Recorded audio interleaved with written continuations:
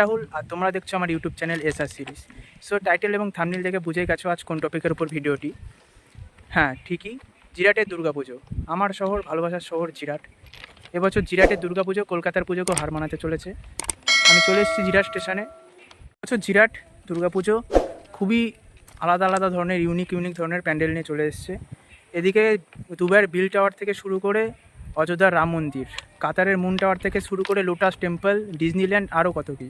তাই তোমরা যারা এইসব প্যান্ডেল ভিজিট করতে চাও তারা অবশ্যই এখানে চলে এসো 2024-এর দুর্গাপুজোয়। কোন রাস্তা থেকে যাবে, কোথা থেকে যাবে, কোন প্যান্ডেলটায় কী আকর্ষণ রয়েছে সব জানতে হলে ভিডিওটি আগে পর্যন্ত দেখতে হবে। হ্যালো বন্ধুরা, এখন আমি আছি জিরাট আদি বারোয়ারি। এই যে প্যান্ডেলটা দেখতেই পাচ্ছ, এখানেই মুন টাওয়ারটি তৈরি হবে।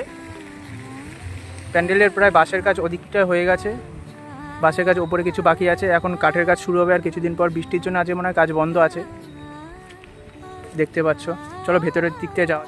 এটাই মেন এন্ট্রেন্স গেট হচ্ছে। এইখান দিয়েই সোজা গিয়ে ডান দিকটাতে ওই যে দেখতে পাচ্ছ দূরে, এখানটা অনেক কাজকর্ম হবে। পুরোটাই কাচের প্যান্ডেল হবে এটা। কাচ লাইটিং শো থাকবে, লাইট শো থাকবে, মিউজিক থাকবে। এই প্যান্ডেলটি সম্বন্ধে তোমাদের বাজেটটা একটু বলি। প্যান্ডেলটি বাজেট মোটামুটি ওরা বলেছে 45 থেকে 50 লাখ টাকা লাগবে। তারপরে এতে লাইটিং শো তো রয়েছেই, মিউজিক শো রয়েছে। পুরো প্যান্ডেলটি কাচের তৈরি হবে। তাই তোমরা অবশ্যই এখানে ভিজিট করো। হুগলি জিরাটের আদি বারোয়ারি। এখানে আসার রাস্তাটি তোমাকে বলে দিচ্ছি। জিরাট স্টেশনে চলে আসবে, হাওড়া কাটোয়া লাইনে। জিরাট স্টেশন দিয়ে নেবে ডান দিকে। আমি এখন চলে এসেছি জিরাট স্মৃতি মন্দির মাঠ প্রাঙ্গণে।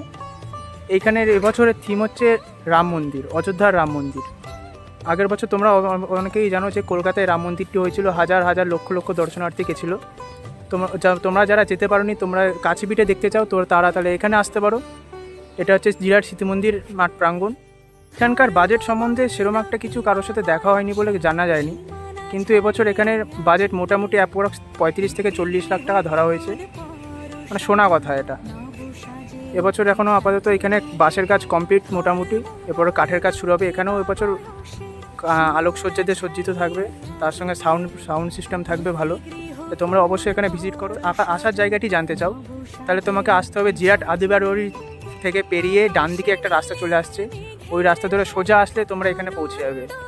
আর এছাড়া গুগল ম্যাপসে যদি সার্চ করো জিরাট স্মৃতি মন্দির আশুতোষ বালিকা বিদ্যালয়, ওর পুরো ওই স্কুলের পুরো সামনে এই প্যান্ডেল। জিরাট আদি বারোয়ারি, স্মৃতি মন্দির সব পেরিয়ে এখন আমি চলে এসেছি জিরাট টিএনএস ক্লাবে।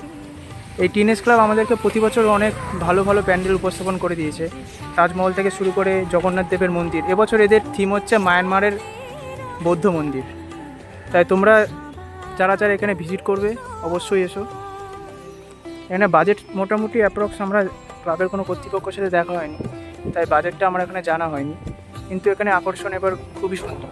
প্যান্ডেলটি খুবই সুন্দর সজ্জিত হবে, তাই তোমরা অবশ্যই এখানে ভিজিট করো। এখন বন্ধুরা আমি প্রপার জিরাট বাস স্ট্যান্ডে দাঁড়িয়ে রয়েছি, এবং বাস স্ট্যান্ডের অপোজিটেই সবুজ সঙ্গের মাঠে এবছর তৈরি হচ্ছে দুবাইয়ের বিল্টমোর সুফই টাওয়ার।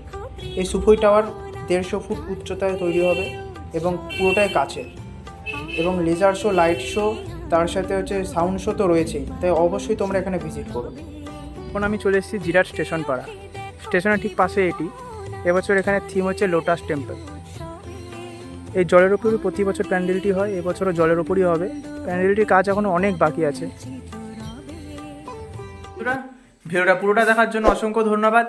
ভিডিওটি ভালো লাগলে লাইক, কমেন্ট, শেয়ার করে দেবেন।